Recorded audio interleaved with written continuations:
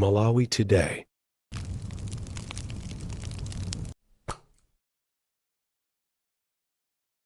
Malawi Today.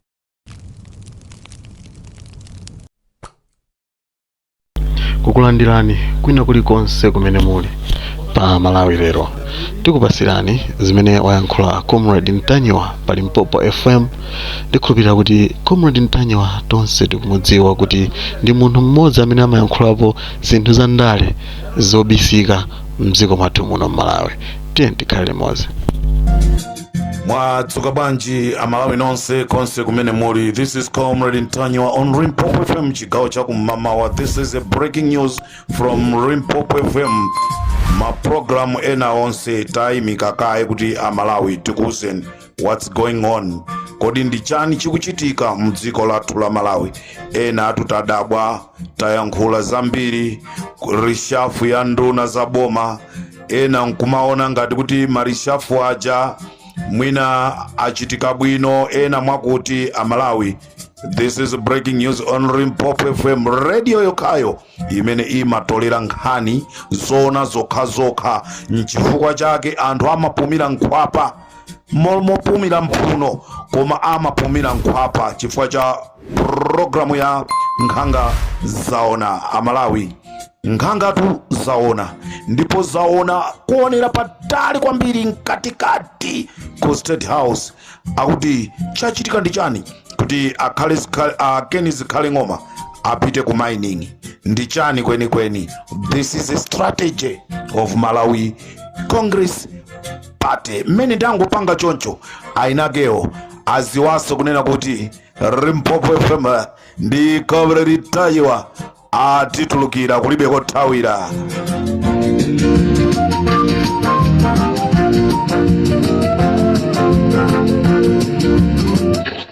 Ndimacheza ndi mmodzi wa atolankhani ku nyumba ya ufumu ndakumana naye ku church mandiuza kuti boma ili lipitirira kulamula akamanena kuti boma sasintha ndizoona utsogoleri usintha amandiuza choncho chimene akufuna kupanga panopa afuna athane ndi ma-activist onse amene akungolongolola izi ndi izi kuyipitsa mbiri yachani ya bomali. Akathana nawo basi chifukwa ndi amene akusokoniza akuauza anthu zolakwika. Ndiye akangothana ndi ma-activist amene akusokoniza kuyankhula zolakwika basi ndiye amati apanga malire kuti by end of April akhala atathana nawo onse amene akulongolola yetu amene ndi boma silomweri RMCB boma silomweri boma tidzasanga pa September chaka cha mawa. Can you say that again? Boma si boma likulamulirali boma silomweri silikakamizika kuti chaka cha mawa likhale lomwe.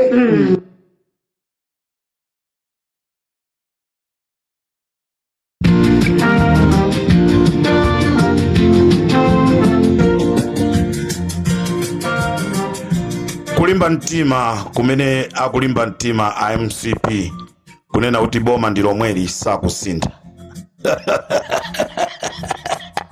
Boma si lomweli ndi lomweli miyezi yasala 5 ili boma likhala limeneli pa miyezi 5 ipo. Ali Comrade ndi miyezi 8 isi miyezi 8 January itu watha. January watha kuteroku akungolakalaka akhoti ataonjezeraso chaka china koma sizitheka nthawi yatha ndipo palibe activist ndi mmodzi yemwe amene ataphedwe chimene chichi ndiye tineneretu. Ino amene muti muzisaka ndi amene muti mumwalire koma activist wina aliyense panopa ali m'manja mwa Mulungu. Aliyense olimbana ndi activist amene waima pa chilungamo, amene azilimbana ndi anthu amene aima pa chilungamo, muziwe zonena kuti mukulimbana ndi Mulungu chifukwa activist moyo wake anawika pa chiswe nde Mulungu wabwera ndi kuvindikira nde tikuperekaso uthengawo kunena kuti mukakhala kunena kuti mupha activist muziphanoka palibe activist amene atamwalire mpaka tifika nthawi ya chisankho ndipo tidzachitiranso umboni kuti mwaona zija timanena zija. Amalawi chigawo chakummawa kuno ndati ndikuziwiseni kunena kuti Vitumbiko Mumba atangosankhidwa kukhala nduna ya boma, tikunena pano anyamuka mdziko la Malawi akuti atenga holiday. Kungosankhidwa siku lomwero ndikukatenga holiday, sunagwireko ndi ntchito ina iliyonse, kungosankhidwa ndikukatenga holiday. Nde Vitumbiko Mumba amene asankhidwa ndi ankulawo achakwera pajatu Vitumbiko Mumba akuchoka kumbumba ya akazawo achakwera.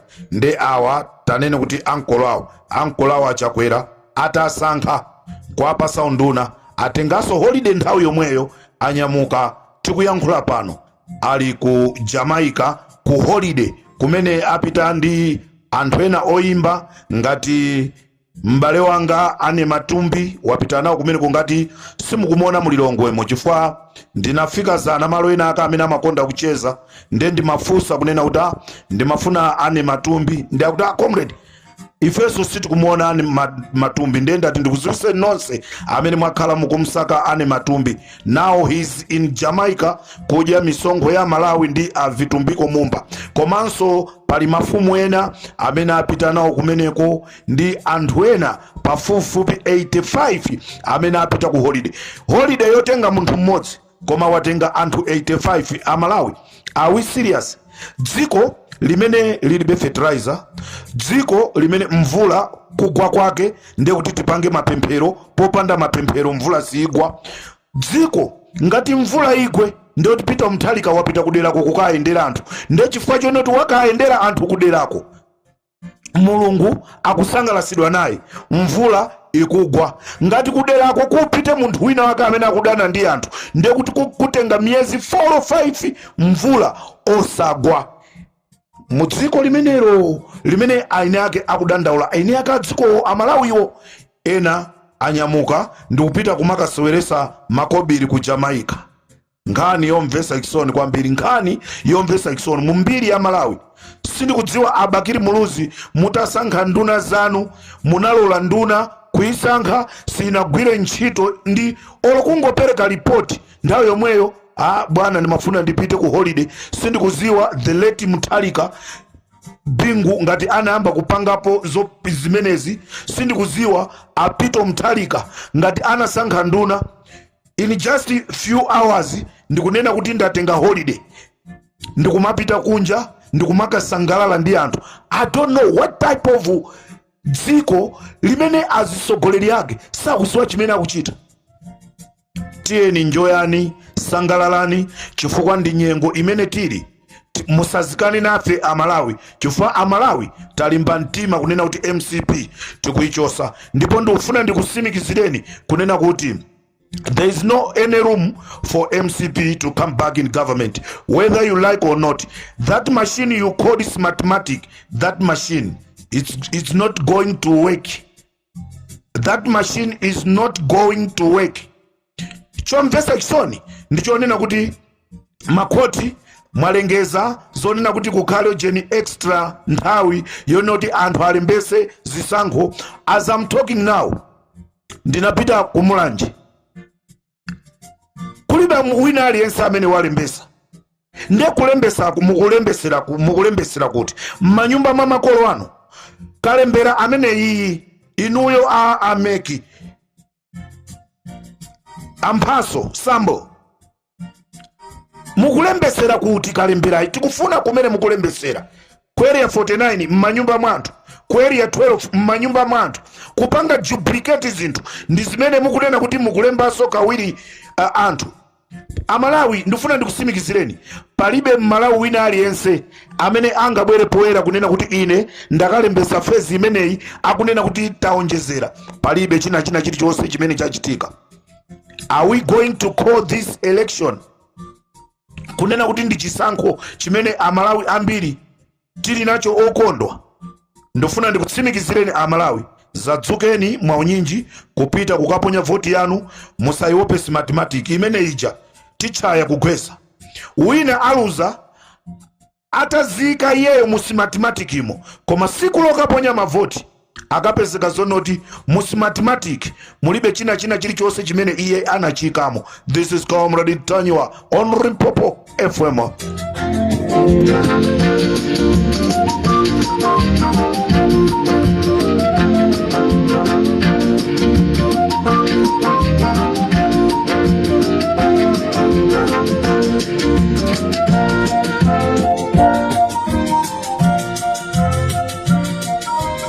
Amalawi ambiri takhala tikuyankhula rishafu itabwera kuti wakuti ampita kwakuti ampitisa kwakuti.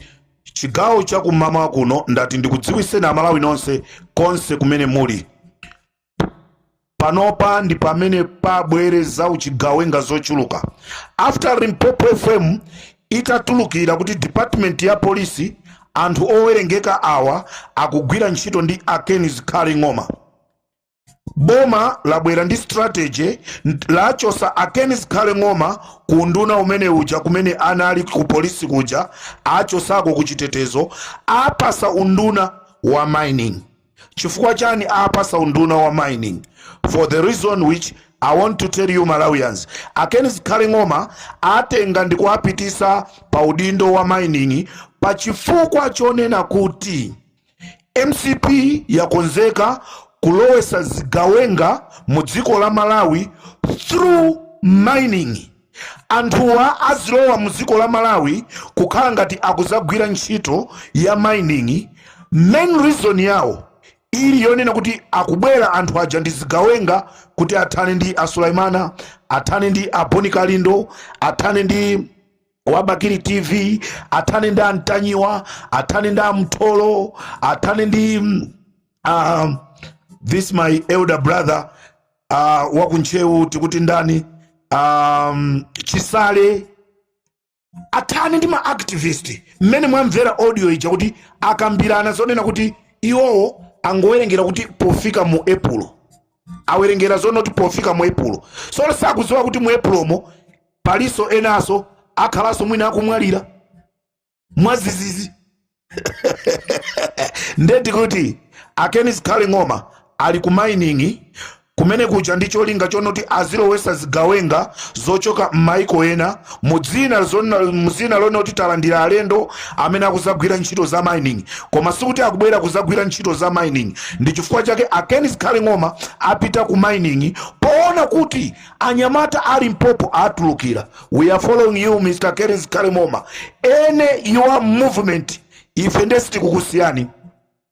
Ene your movement Mr. Akenis Khaling'oma tikhala tikukuonani mulendo wina aliyense amene akubwera muziko mwathu panopa ndiye taikanso atola nkhani ochuluka m'ma-airport. Game sigwira m'ma-airport mwathu ena nda polisi ena nda ame chifukwa mwina mangoti kodi Comrade Tanywa akuzitenga kuti tachitaso nafe plant pamene inu mukubwera ndi plan A ifeso tikubwera ndi plan yathu A, inu mukamabwera ndi plan B ifeso tikubwera ndi plan B. Nde ma-airport mosi taikaso nafe atola nkhani athu aboma. Every road block emene muzikhazikisa m'Malawi taikamo atola nkhani ali Limpopo FM. Ali mwala kwa kulula iyayi tizulula kuti aziziwa akamakambirana kunena kuti gemu hii iphulika. Pano paso siti kuendera zocheza. Wosaka azisaka akagwidwa kosakidwako zimene zonso ndi zake. Popita kumakasaka sazikani kunena kuti mai ndikupita kukasaka koma sindikuziwa kuti ndibwera kapena sindibwera. Chifukwa tili mu injury time ulendo uno ikhala 50-50 nanga si akonzekera kupha nde pozitetezaso nafe. Olo Bible limanena kuti zitetezeni tu azibusa ndikunama. Bible so limanena kuti zitetezeni. So ifika nthawi yoziteteza nde poziteteza munthu sangabwere pa khomo pako kumaza kumenya iwe kumangoyang'anira. That means you are stupid.